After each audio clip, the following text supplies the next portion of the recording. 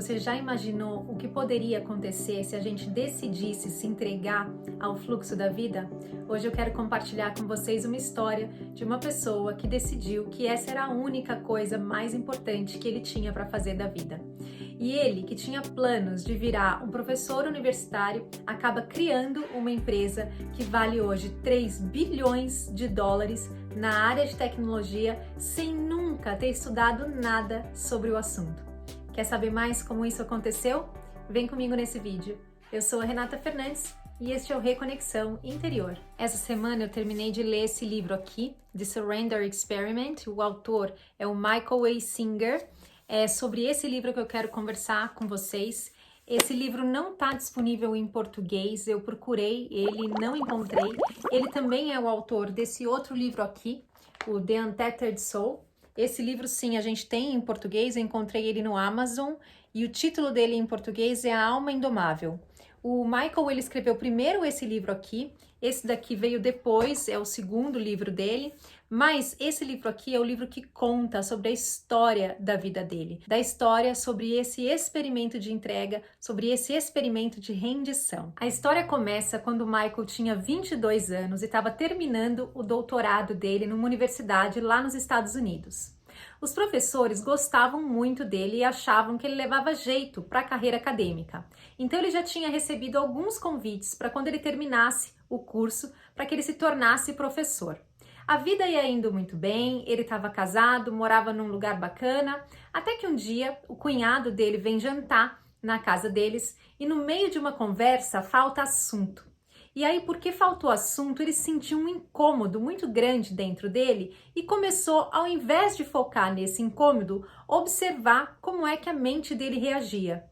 E aí, ele percebeu que por causa desse incômodo, começaram a surgir ideias do tipo, fala sobre o tempo, pergunta para ele como vai a carreira dele de advogado lá em Los Angeles, inventar qualquer coisa para suprir aquele silêncio entre os dois.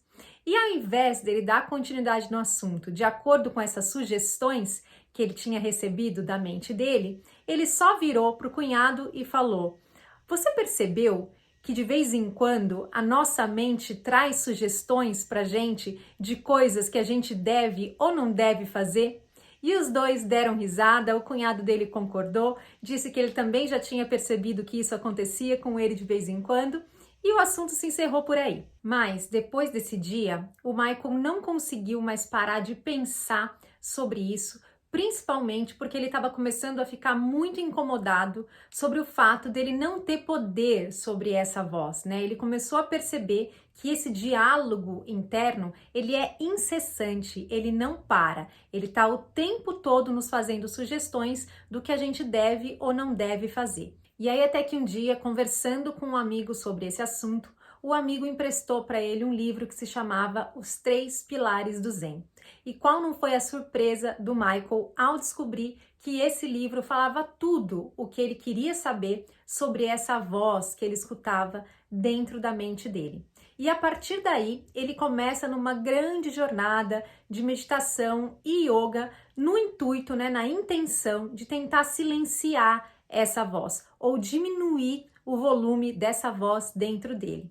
Mas ele percebeu que não importava quanto tempo ele se dedicasse à meditação, às vezes ele ficava lá 2 horas meditando, assim que ele voltava, assim que ele terminava a meditação, o blá blá blá na mente dele voltava a ficar ativo. Então ele começou a se questionar se ele não estava fazendo as coisas do modo errado, se essa tentativa dele de silenciar a mente não ia funcionar.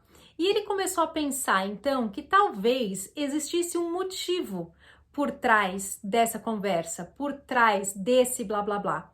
E ele chega à conclusão de que o motivo por trás dessa conversa da nossa mente era tudo aquilo que ele queria e o que ele não queria no mundo. Sempre que passava alguma situação na frente dele, ou algum objeto, ou alguma pessoa que ele quisesse estar perto, ou um objeto que ele quisesse ter, ou uma situação com a qual ele queria interagir ou não, a mente dele ficava mais ativa. Então, por exemplo, se ele pensasse numa casa, que ele queria construir, ele queria morar lá no meio da floresta, e ele percebia que quando ele pensava a respeito, a mente dele ficava super ativa, traçando 1000 caminhos possíveis do que ele poderia fazer para atingir esse objetivo, do que aconteceria se ele atingisse esse objetivo e assim por diante. Então foi aí que ele teve a seguinte ideia: e se eu parar de dar atenção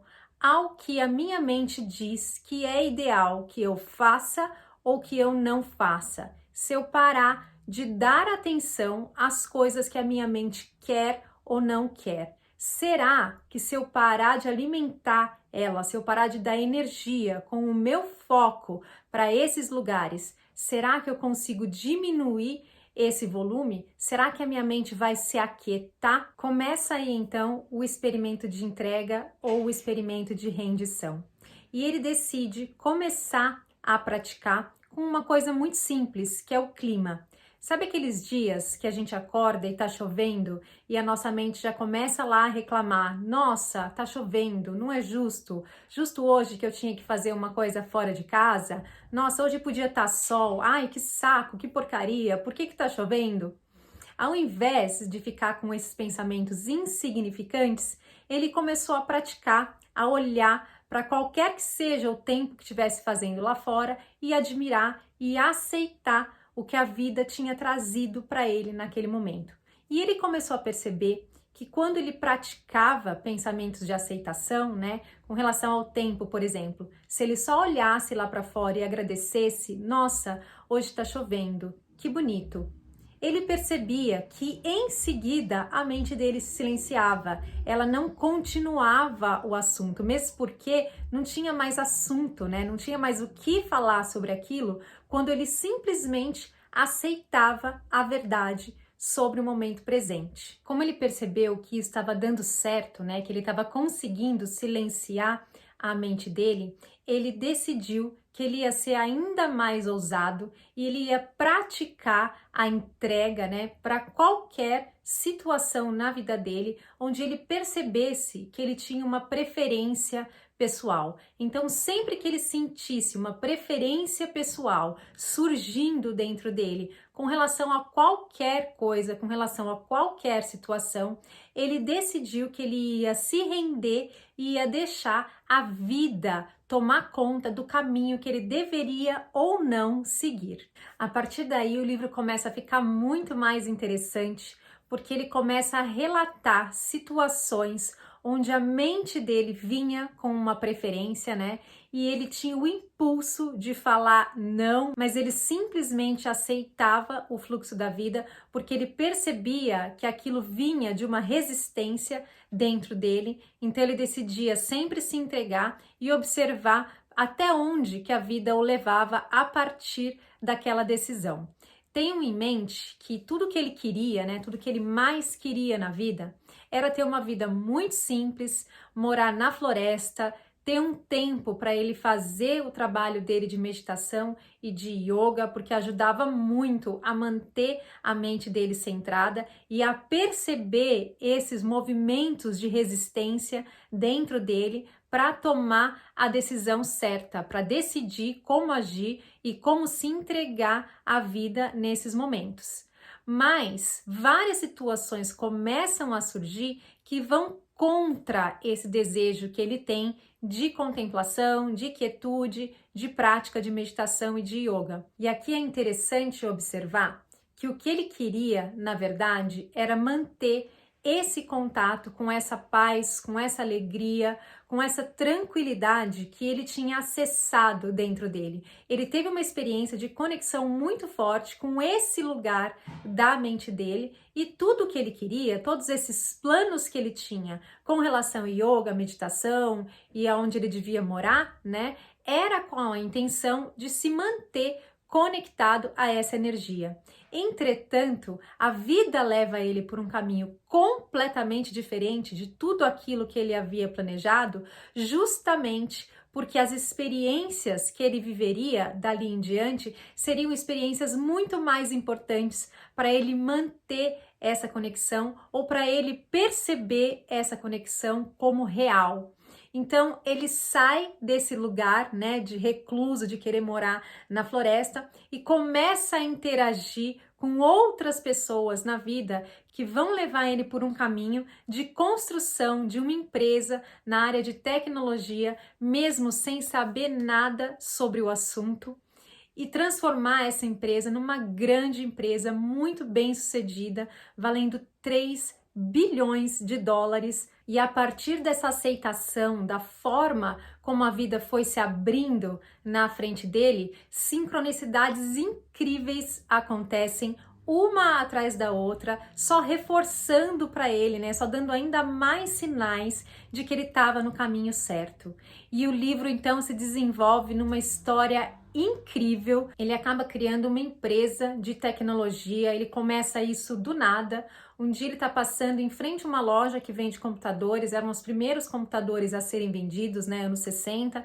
Ele se encanta com a máquina, leva para casa e decide que ele vai aprender como é que se faz a programação de um computador. A área dele era economia, não tinha nada a ver com esse assunto, mas aqui tem uma coisa interessante que acontece, uma coisa que ele já vinha percebendo em outras situações da vida dele, que é que quando ele silenciava essa mente, né, quando ele conseguia se render a tudo que estava acontecendo na frente dele, a tudo que a vida apresentava, e o volume dessa voz de preferências pessoais diminuía, ele tinha acesso a um outro lugar na nossa mente, muito mais conectado a uma criatividade infinita, né? A uma criatividade que ele não tinha noção de onde que vinha, que não tinha nada a ver com o conhecimento técnico que ele tinha. Ele comenta, inclusive, que quando ele sentava para programar, era como se ele tivesse se conectado à linguagem do computador. Era como se ele estivesse falando uma outra língua, só que a linguagem do computador, a linguagem da máquina. E era como se aquilo fluísse dentro dele, como numa conversa. E isso é fantástico, porque, para mim, é como se ele tivesse mesmo se conectado a essa inteligência universal, como se ele tivesse aprendido a fazer isso a partir da prática de silêncio e dessa prática de entrega que ele resolveu fazer, que ele resolveu adotar para a vida dele. A grande lição que eu tiro desse livro é que quando a gente aprende a se entregar ao fluxo da vida, a vida acaba levando a gente para lugares muito mais expandidos, muito além daqueles que a gente poderia imaginar, daqueles que a gente poderia sonhar quando a gente quer experimentar alguma coisa na nossa vida. Vamos supor que você tenha aí algum desejo. Geralmente, o que é que a gente faz? A gente traça um plano, né, do que a gente tem que fazer para chegar lá. Mas se a gente for muito restrito, né, se a gente quiser seguir o nosso plano de uma forma muito rígida, o que vai acontecer é que você vai estar seguindo a sua vida baseado naquilo que você conhece de um ponto de vista muito restrito, geralmente baseado em experiências que você já teve no passado e que, via de regra, não deram certo. Então, o que eu tô dizendo não é que a gente não deva ter plano nenhum, né? Se a gente quer realizar os nossos sonhos, a gente tem que sim traçar planos, mas a gente tem que aprender a se entregar no meio do caminho quando esses planos forem desviados, quando parecer que o nosso caminho está sendo desviado. Mas para que a gente tome essa decisão, a gente primeiro tem que aprender a entrar em contato com essa nossa intuição, a entrar em contato com essa nossa guiança interna que vai nos dizer através dos nossos sentimentos, né? Eles são um excelente sinal de qual é o caminho certo que a gente tem que seguir. Sempre que você tiver na dúvida, tenta fazer uma meditação, tenta acalmar a sua mente, acalmar os seus pensamentos, parar de dar ouvidos para essa aceleração que a gente vive, que só leva a gente para mais ansiedade, medo, frustrações, em seguida baixam a nossa vibração e é aí que a gente não consegue acessar a solução para os nossos problemas, as respostas para os nossos desejos nunca, né? Porque isso a gente só vai ter acesso quando a gente conseguir acalmar a nossa mente e e ir para lugares de uma vibração muito mais alta. A verdade, a grande verdade é que a solução, né, ou o que a gente tem que fazer para realizar qualquer desejo, para atingir qualquer objetivo, ela já existe nesse universo de infinitas possibilidades. Mas muitas vezes a gente não consegue ter acesso a essas respostas, ter acesso a essas oportunidades, porque a gente está focado no problema, a gente está confiando de que a gente vai resolver sozinhos, numa arrogância imensa, sem considerar toda a força de vida que existe à nossa disposição para nos apoiar, para que a gente possa realizar qualquer coisa. A vida, mais do que qualquer coisa, quer que a gente cresça, quer que a gente experimente tudo aquilo que a gente sonha. Então, esse treino de entrega vale definitivamente muito a pena. É uma das coisas mais importantes que eu acho que existem para a gente dedicar o nosso tempo. Tá bom? Era isso que eu queria compartilhar com vocês no vídeo de hoje. Se vocês gostaram desse vídeo, deixa aí o seu curtir. Eu espero que tenha ajudado vocês de alguma forma. Tentem praticar com coisas simples, coisas que não sejam um grande desafio para você. Experimente deixar a sua preferência pessoal e ver o que se desenvolve, o que surge a partir disso. Se a partir disso você passar por alguma experiência interessante, compartilhe aqui comigo nos comentários. Eu vou adorar saber, tá bom? Muito obrigada e até um próximo vídeo, gente!